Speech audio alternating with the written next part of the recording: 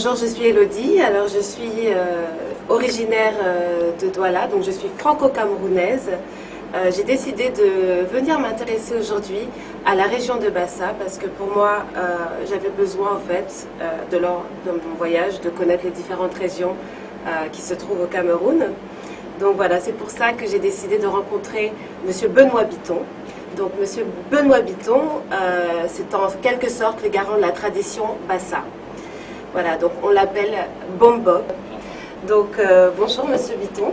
Bonjour, bonjour à toutes et à tous. Je suis très enchanté d'être en entretien direct avec Elodie Lobert.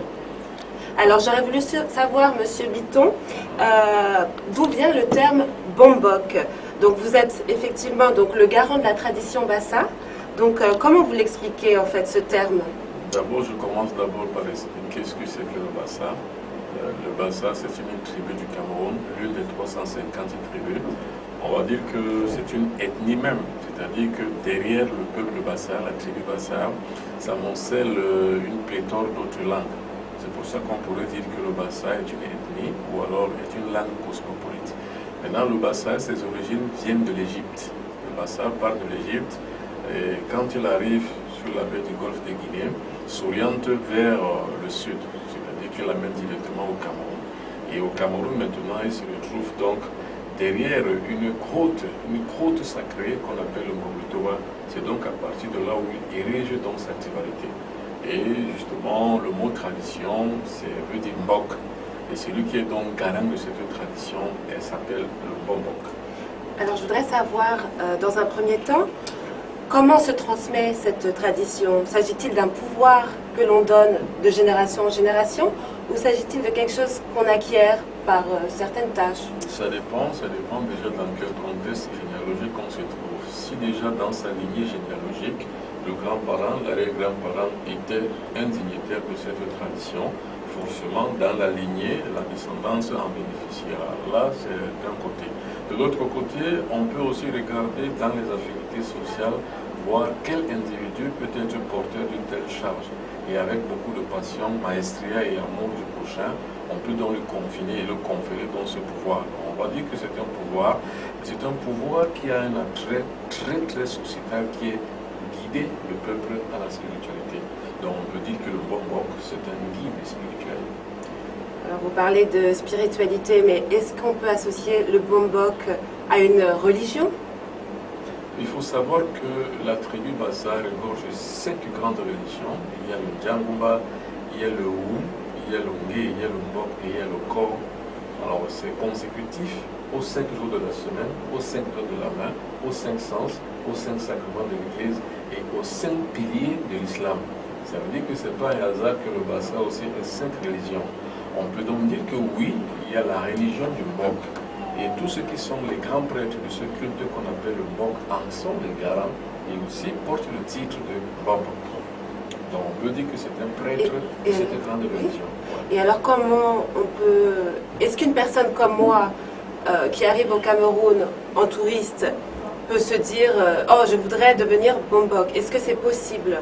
Oui, déjà. Et que faut-il faire pour devenir Bombok? Déjà, il faut savoir qu'il y a une dichotomie entre la genre masculine et la genre féminine. C'est-à-dire que chez les hommes, on parle du Mbok, donc du Bombok. Mais chez la genre féminine, on parlera du corps, donc du corps.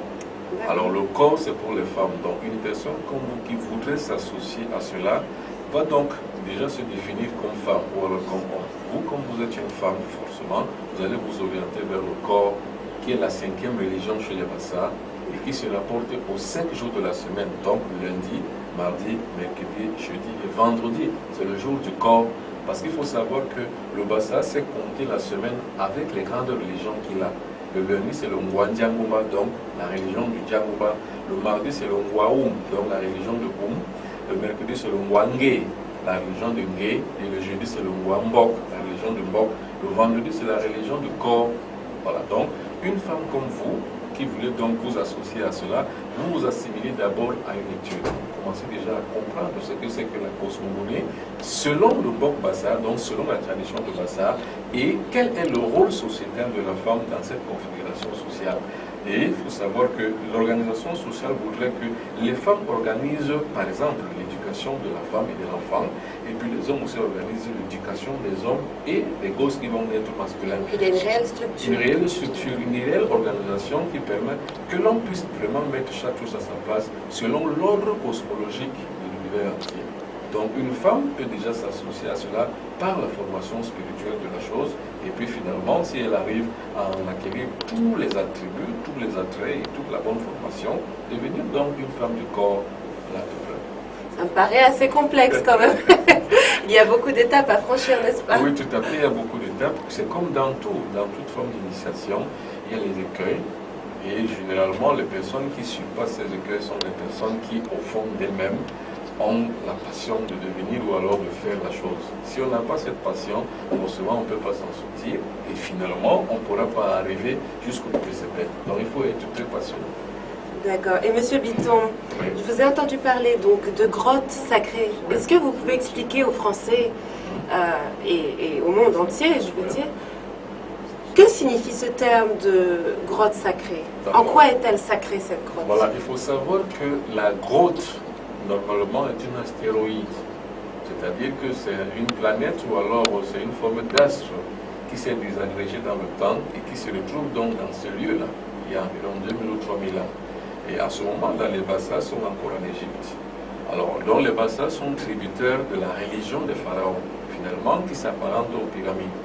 Maintenant, en revenant donc, en descendant par l'évolution et par la transhumance et par aussi le nomadisme, ils arrivent donc à cet endroit où ils trouvent une astéroïde géante qui s'étend environ sur 800 à 1 km d'altitude et puis aussi qui s'étend environ à 500 ou 700 mètres, ou alors on va dire même 5 km d'altitude enfin, en surface, la superficie générale. Alors s'arrête donc à ce niveau et voient que avec une résurgence de leur gène, se rappellent qu'ils faisaient donc des cultes à Dieu, mais avec et dans les pyramides. Alors cet endroit donc leur ressemble comme une pyramide. Finalement, vont donc ériger un premier temple là. Et c'est donc là où généralement, comme cette grande et grosse pyramide géante qu'on appelle la grotte, leur ressemble à la pyramide d'Égypte, ont donc décidé de commencer à faire de là leur tradition convention, leur culte, leur société secrète.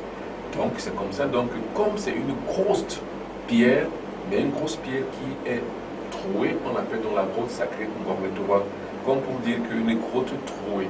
C'est ce que ça veut dire. Comme une éponge un peu. Comme une éponge justement, et puis avec une porte qui n'est que comme un trou, à l'intérieur ou bien au travers de laquelle les ancêtres passaient pour aller faire leur société secrète à l'intérieur de la grotte.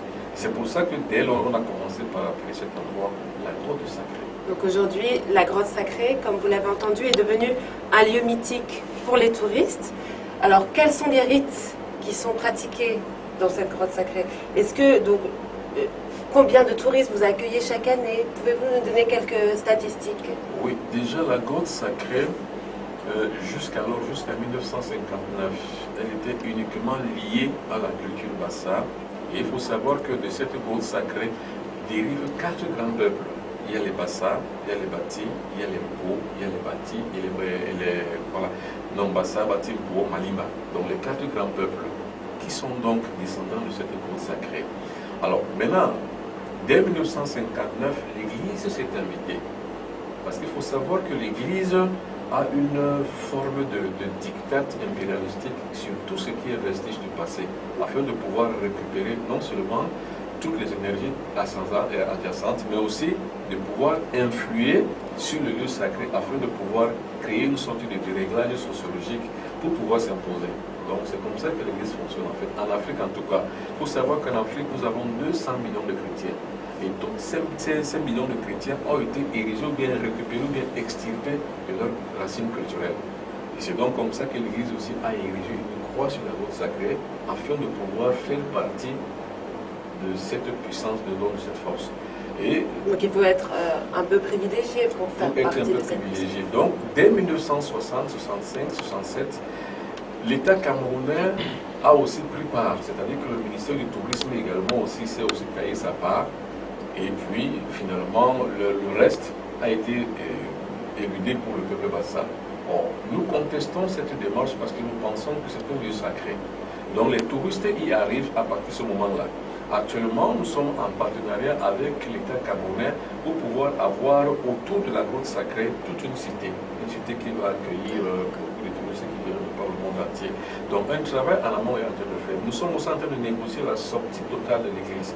Parce que l'église n'a rien à faire sur la grotte sacrée, qui est un vestige du passé, qui est un lieu mythique d'un peuple spirituel. Et nous considérons que c'est une forme de spoliation du lieu sacré, ce qui n'est pas du tout convenable. Imaginez-vous à Lourdes, par exemple, qui est un lieu mythique sacré de l'église. Et que maintenant, traditionnellement, un Africain vient avec ses vestiges du passé, vient s'investir. Je crois que ça créerait un scandale, un tsunami culturel.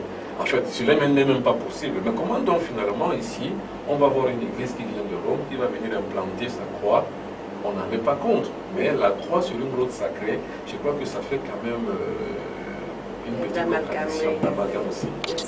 Je vous remercie, Monsieur Bitton, donc, de m'avoir éclairé sur cette région de Bassa et sur tout ce qui se passe à Bassa, donc tout l'environnement spirituel.